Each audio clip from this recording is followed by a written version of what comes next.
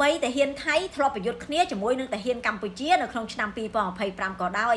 ក៏ពួកយើងត្រូវតែរក្សាទំនាក់ទំនងល្អជាមួយកម្ពុជាដែរបងប្អូននេះគឺជាសន្តិពិតរបស់រដ្ឋមន្ត្រីការពារជាតិថៃឈ្មោះថាក្ដុលនេះបងប្អូនកាលពីព្រឹកមិញថ្ងៃ18ខែ8 2026វាបានថ្លែងប្រាប់អ្នកកាសែតចៅសៀមវាបងប្អូនវាបាននិយាយថាអញ្ចេះគិតតាំងពីឆ្នាំ2025កន្លងមកក្នុងពេលប្រយុទ្ធគ្នាជាមួយនឹងកងទ័ពកម្ពុជាតម្លៃអាវុធនៅលើពិភពលោកកើនឡើង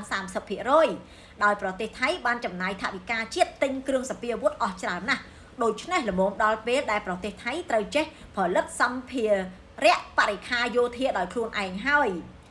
វាបានបន្ថែមថាឧស្សាហកម្មការពារជាតិនាពេលបច្ចុប្បន្នបើទោះមានលុយក៏ដោយក៏មិនប្រកាសថាអាចទិញអាវុធបានឡើយហើយទោះបីជាទិញបានក៏ត្រូវបូកតម្លៃ 30% បន្ថែមពីលើផងដែរហើយវាបានសង្កត់ធ្ងន់មួយទៀតថាយ៉ាងណាមិញប្រទេសថៃនៅតែរក្សាទំនាក់ទំនងល្អជាមួយនឹងកម្ពុជាដោយឈរលើផលប្រយោជន៍ជាតិជាធំទំនាក់ទំនងល្អបែបការទូតអូខេតែបើសិនជាទំនាក់ទំនងរឿងតំណែងរឿងការជួញដូរផ្សេងអញសុំដកខ្លួនហើយណាអាកពូចថោកអាកពូចចោស្អីគេក៏ល្អផោផង់ម្លេះអាកពូចថោកឯងហ្នឹងប្លន់ដីគេហើយមករក្សាទំនាក់ទំនងល្អជាមួយគេទៀតទំនាក់ទំនងល្អរក្សាបានតើតាមការទូត